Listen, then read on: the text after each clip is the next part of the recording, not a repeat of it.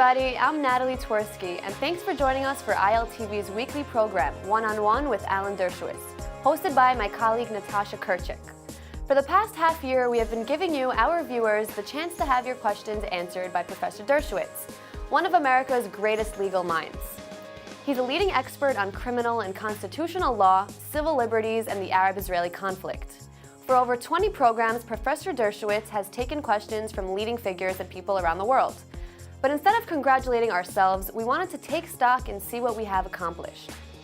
So as part of our semi-annual review, we are sharing with you a look at the issues and people who have been heart and soul of our program. Those who challenge Professor Dershowitz to bring clarity to some of the most complex problems facing the United States, Israel, and the Jewish people. In today's show, we will be tracking just a few of the issues that have been the subject of your most frequently asked questions.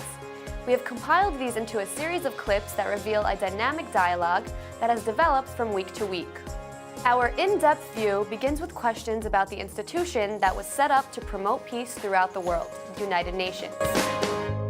So let's get started. As you know, every week we open our show with a special guest.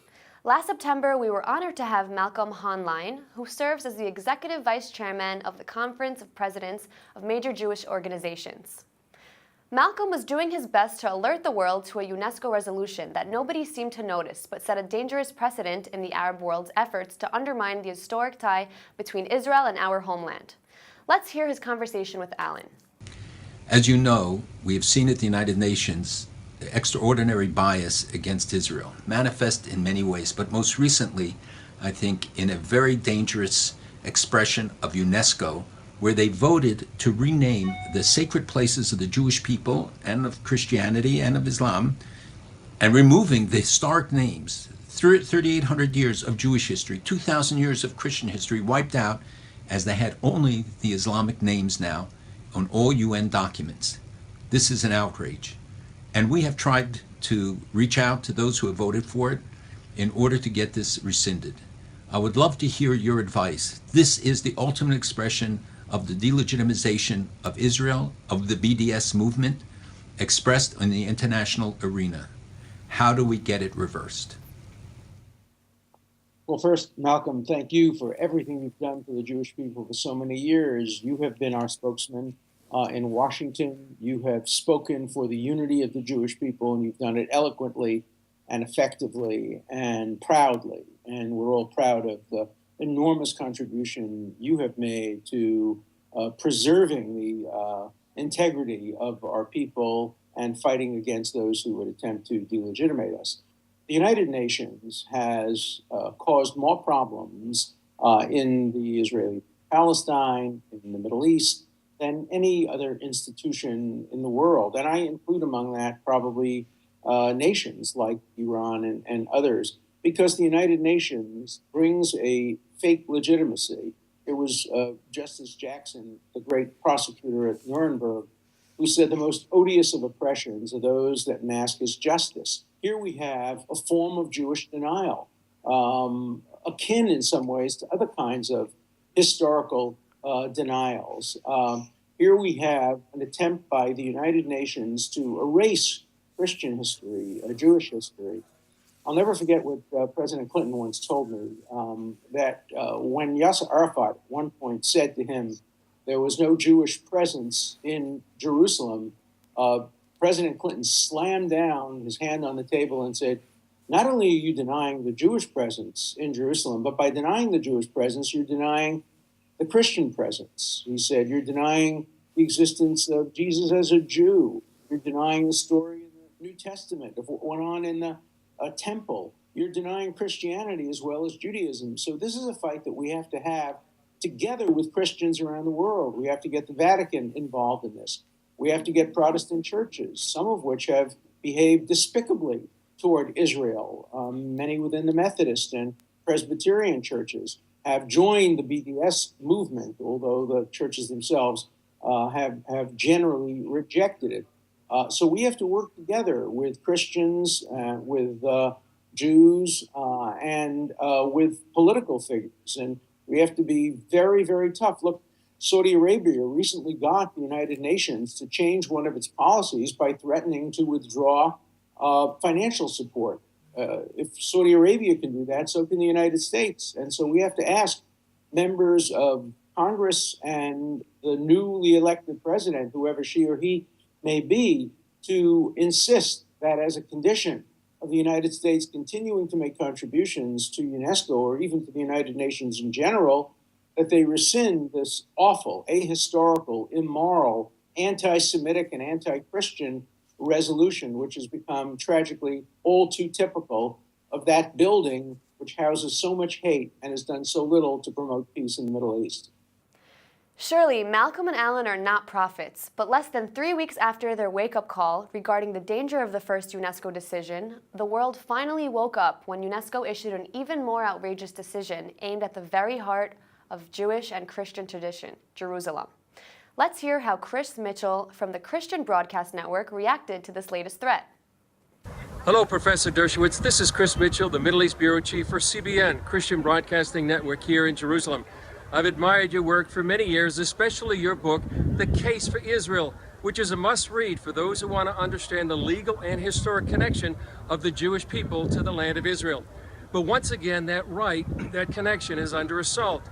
The latest example by the UN organization UNESCO, which voted that there was no Jewish connection for the Jewish people with the Temple Mount or the Western Wall. But that history goes back thousands of years. For example, King David bought the threshing floor back there on the Temple Mount behind me. His son, King Solomon, built the first Jewish temple, and another Jewish king, King Herod, expanded the Temple Mount as we see it today. There's also a significant Christian connection to the Temple Mount, because that's where in the New Testament it says that Jesus taught in that temple. So my questions to you, Professor, are, what do you think will happen next? What can be done next? And how can Jews and Christians combat this latest assault on our shared history? Thanks. Well, Chris, thank you so much, and thank you for your great reporting and the great work you do in bringing Jews and Christians together in defense of Israel. As you point out, this UNESCO lie is an assault not only on Jewish history, but on Christian theology and Christian history. And let's not put the blame solely on UNESCO. They are obviously at fault. But the blame goes squarely to the Palestinian Authority and to Hamas, both of which have made a point over and over again to try to persuade the world that there is no Jewish connection or Christian connection to the temple. I think it was Abi Ibn who said that if the Palestinian Authority issued a resolution saying the earth was flat and Israel flattened it, it would win with 76 votes in favor, 48 abstentions, and 11 negative votes. My criticism also goes to the abstainers. How dare you abstain from a resolution that is a lie? Are you again going to become complicit in this kind of bigotry, the way so many countries remain silent during other periods of history? Silence and abstention is not an option in the face of bigotry. So shape up, vote the right way, and vote for truth. Professor Dershowitz has been in the forefront of many civil rights battles. Perhaps that's why his positions regarding Black Lives Matter, one of America's most visible national movements, has become so controversial. But as we can see in the next few sequences, Alan never shies away from expressing a clear moral opinion, especially when he seeks to correct an injustice, even in the midst of an otherwise worthy cause. Let's hear one of the first of many comments Alan made about Black Lives Matter, and especially its leadership. Black Lives Matter, which did a great deal of good in alerting the public to the problem of the excessive use of force by some police officers in some parts of the country, just produced a platform by 60 of its component groups in which they declared Israel to be guilty of genocide and apartheid. So I have totally and completely disassociated myself from Black Lives Matter or any organization associated with Black Lives Matter until and unless it eliminates that despicable blood libel from its platform. Again, as I said previously, just because an organization does good doesn't mean we can justify it doing bad things. And Black Lives Matter has done a terrible thing by accusing Israel of genocide and apartheid. Because when you accuse a country of genocide and apartheid, you're basically saying the country has no right to exist. The last country that was accused of apartheid was white South Africa, and that ceased to exist after Nelson Mandela, who I helped to represent, got out of prison. I know what apartheid really means because I worked on the issue for many, many years. So I think we all have to disassociate ourselves from any organization, including Black Lives Matter, until it rids its platform of this obnoxious and anti-Semitic blood libel. Alan continued to take on Black Lives Matter, and by October, he received an extremely thoughtful question from a mainstream BLM supporter, Jabria Howington. My name is Jabria Howington from Washington, D.C. My question is regarding the Black Lives Matter movement. On many occasions, like Fox News, for example, you have described this movement as a threat to the criminal justice system. My question is twofold. First, do you believe it is irresponsible to label a whole movement as hypocritical based on a minority of its supporters who express anti-Semitic sentiments, or those who are advocating for a specific outcome based on race? Second, in your opinion, what do you think that supporters of this movement who genuinely want to promote fairness and equality can do to further this message? Jabria, that's a great question and a fair point of criticism. Look, Black Lives Matter, and it's very important that we focus on the fact that our justice system disproportionately discriminates against people of color, and we have to stop that. And it's been a problem throughout my adult life. I was, of course, very much involved in issues relating to that during the Rodney King case and the O.J. Simpson case, but I went down south. I've been very active in the civil rights movement for decades and decades, and so I support strongly the basic core message of Black Lives Matter. But Black Lives Matter as an organization has been hijacked by hard left anti-Semites, haters of Israel, haters of Jews. And you have to judge an organization by its platform, not by a minority of people who may have hijacked it or a majority of people who don't believe in it, but the platform is what speaks for the organization. And so I will have no positive connection with the organization Black Lives Matter until and unless it rescinds its platform that singles out Israel and Israel alone as a genocidal and apartheid country. I'll give you an example. The police in Brazil, it was recently disclosed, are horribly racist and horribly discriminatory and horribly violent, and are much, much worse than the United States, certainly much worse than Israel. But Black Lives Matter hasn't said a word about Brazil, and it says, well, we're a domestic organization, we care about America. Then why is it focusing on Israel? There's only one possible explanation, and it's anti-Semitism and anti-Zionism. And if you had a Jewish organization that was very supportive of African Americans, but it was hijacked and taken over by racists or by anti-Muslim people or by anti-gay people, nobody would want to have anything to do with that. And so the job of us, the two of us and many others who support the program of Black Lives Matter, is to get rid of that platform and to marginalize the extremists and the anti-Semites among its leadership. You cannot seek the support of decent people if you have an indecent aspect in your program and in your platform. And so I will not in any way cooperate with the organization Black Lives Matter. I will try to start new organizations and support other organizations that support reform in our justice system, particularly focused on the inequality that African Americans suffer. But it has to be organizations that do not go out of their way to engage in blood libels and anti-Semitic attacks on the Jewish people and the nation state of the Jewish people. And it's a tragedy because we ought to be working together. The vast majority of American Jews support equality for blacks. We have been at the forefront of the movement for equality.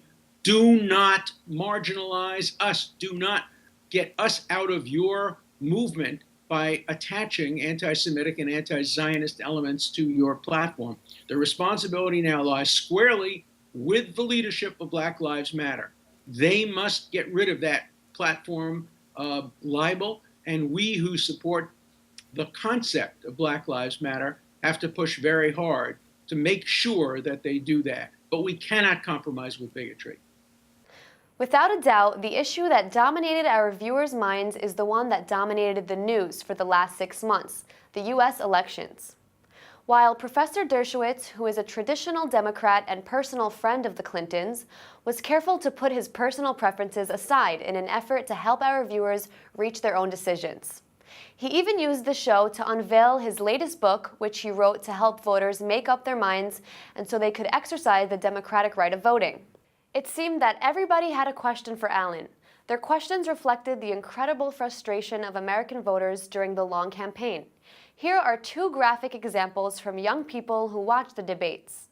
Their emotions illustrated why both Professor Dershowitz's book and his advice were so valuable. First, let's remember what Tess from the Bronx wanted to say. My name is Tess from the Bronx, and I really want to know what's going on with this whole debate thing with Trump and Hillary. And I think they're really going off on some really irrelevant tangents here. So we really want to know what's going on. What direction do they plan on taking the country? What's going on with Mark Cuban, with Hillary, and Jennifer Flowers with Trump? Who do you think won the election? The debate, I'm sorry. And one more thing, Alan. Don't you think this election should be about me and you? Hey, Tess, thanks. And I love the Bronx. I'm going there tomorrow night to watch the Red Sox beat the Yankees. In the last of the series, I'm going to watch Big Papi play his last game in Yankee Stadium, and my hope is that he hits at least 2 home runs. No comment from the New Yorker in the room. I grew up in Brooklyn, so I always hated the Yankees. I have a shirt that says I love New York. It's just the Yankees I hate. And I moved to Boston, so I love the Red Sox. No. Turning to the debate, I didn't think it was a particularly good debate from the point of view of the public. Tess, I agree with you. I thought the first 20 minutes was incomprehensible. I don't think very many people understood the impact of NAFTA and various trade deals on the day-to-day life of poor and middle class people in the United States. I thought it was too esoteric, and it didn't really speak to the needs of the people. The second half, I think, got a little bit too personal. My own view is that Hillary Clinton's people made a mistake by announcing that they were going to put Mark Cuban in the front row. I don't think that Trump took advantage of that. He could have taken advantage by pointing out, and there's Hillary Clinton with another billionaire in the front row. And then, of course, he invoked the Jennifer Flowers thing. So she was playing in his sandbox, and she ought to elevate herself and be more presidential. After the next debate, Esty from California also showed why so many thoughtful people were becoming increasingly unhappy and were increasingly displaying their dissatisfaction, especially students who Professor Dershowitz knows so well. Here's Esty from California. My name is Esty. I'm from Long Beach, California. I watched the presidential debates last night, and I was a bit disappointed to see that we have veered so far off from what actually matters. I felt as though I was watching 2 students quarrel in the school playground, as opposed to 2 presidential candidates. I'm curious to know who you believe won, and what you think we can do to re-engage students, such as myself, to get back on track. I agree with you. I thought both debates were mediocre in terms of informing the voting public as to the differences between the 2 candidates on the issues. We obviously got a good picture of the difference of the 2 candidates in terms of temperament and their willingness to use words and names that are negative in character. But I think we learned very little about the policies. We learned a little bit about the difference in healthcare policy. That was important, but not much else. And like we said at the opening, Alan is certainly no prophet, but he certainly had his finger on the pulse of the nation, both in his book and in our last show before the election. Natasha pressed him to make 2 predictions about the election and the World Series, and he got both right. The amazing thing about his election prediction is that it was based on his analysis of the most key factor. He was one of the only voices saying before the election that it was an emotional election, and therefore, unlike all the polls and experts, it would be impossible to predict. Let's hear his conversation with Natasha. This is our last broadcast before the election, so I'd like to put you on the spot and ask you to make a prediction. Who do you think will win? And while you're at it, please make another prediction about the 7th game of the World Series, which starts in a few minutes but will be history by the time the show is on air. Yeah. Look, I'm rooting for both teams in the World Series. Neither has had a World Championship. There used to be the 3 teams were together, Boston, Cleveland, and Chicago, but now Boston broke that and has had 3 World Championships. So, of course, I'm rooting for Terry Francona, who I love, who's the manager of Cleveland. And, of course, Epstein is the general manager of Chicago. There are many former Red Sox on both teams. What I was hoping for was a 7-game series. We have a 7-game series. I have to make a speech tonight, unfortunately, but I'll be able to watch at least the last 3 or 4 innings of the game. I guess emotionally, I have to be rooting for the Cubs. They haven't won a championship in more than 100 years. As far as the presidential election is concerned, I wrote in my book, Electile Dysfunction, that you cannot predict the outcome of this election because it's emotional. And emotional elections like Brexit or the FARC election in South America are very hard to predict. A candidate like Donald Trump underperforms in the polls. And so if he's 2 or less points behind in the polls in the run-up to the election, he may very well win. But whoever wins the election, people have to support their president and try to influence them in ways that are positive for the United States, for world peace, for Israel. Very important that all American elections, that Israel remains a bipartisan issue, that whoever wins will be listening to people who support Israel and trying to do what's best for Israel. So my prediction is Hillary Clinton, but as I wrote in my book, Electile Dysfunction, very difficult to predict the outcome of this kind of election because of what Hillary Clinton has done in the past, which has come out to haunt her, what Donald Trump will do in the future. Voter turnout is very difficult to predict, and emotional elections are difficult to predict. So stay tuned and watch election night. In today's final segment, we want to share a more personal aspect that one rarely sees in Alan's frequent appearances on TV programs all over the world. We recently dedicated an entire program to Alan's literary works. One viewer intuitively asked about the one book out of more than 35 he's authored that has a very personal meaning for Alan. This produced a very poignant moment, as you'll see. I just read your amazing novel called Just Revenge. The main character is a Holocaust survivor named Max, who by accident many years later stumbles across the ex-Nazi who killed his whole family in Europe. The story then turns into Max's attempt to seek justice and revenge. What I loved about the book more than the courtroom drama is the way you raised the hardest questions about morality and the law. Can you talk a little bit about the book? And did you enjoy writing fiction? Thank you. Ida, thank you so much. What a great question. I really love it. Writing fiction is very hard for me. Writing nonfiction is very easy because I'm used to writing briefs, which hopefully are nonfiction. Sometimes my opponents accuse them of being fiction. But novels are very hard because you have to structure them and you have to take reality and turn it into something that is literary. Just Revenge for me was a thrill to write because it was really about my own feelings of justice and revenge for the Holocaust, which I think was insufficiently punished. Too many hands-on Nazi murderers lived good lives and died in the bed surrounded by their loving grandchildren. We did not get justice for the murder of 6 million babies and children and law-abiding civilians. And so in all my novels, I try to raise hard moral questions, and the reviews have picked it up. The New York Times review of Just Revenge said the main characters are not the people, but the issues of morality and justice that run through the book. One of the reviewers said it was like a law school hypothetical exam. My first novel, The Advocate's Devil, also poses impossible dilemmas of what a lawyer should do. And I understand that the picture on the cover of the book also has personal meaning for you, right? Right. The picture on the cover of Just Revenge is my family just on the eve of the Shoah, and that's a wedding in Poland in 1938.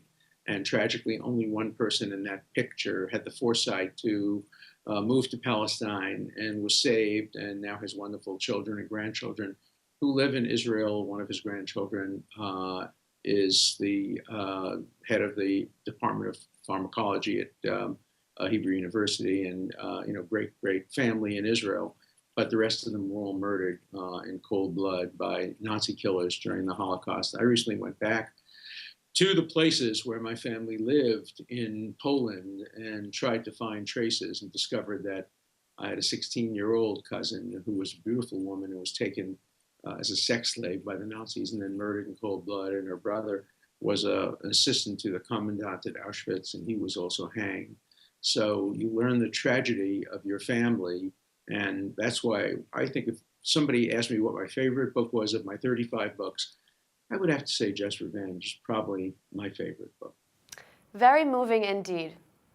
And since we want to leave on a high note, we thought we would remind you of another personal moment we shared with Alan earlier this year, when we surprised him with a special birthday gift from all of us at our ILTV studio in Tel Aviv.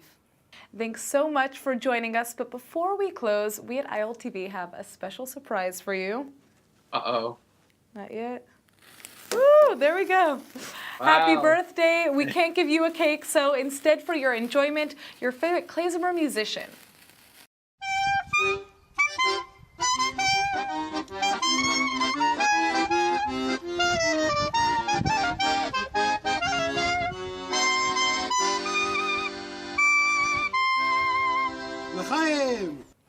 That's all the time we have for today. As we mark our first half year, we wish you, our viewers, l'chaim as well.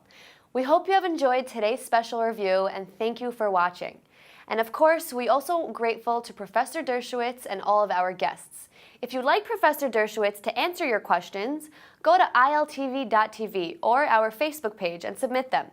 We'll see you again next week.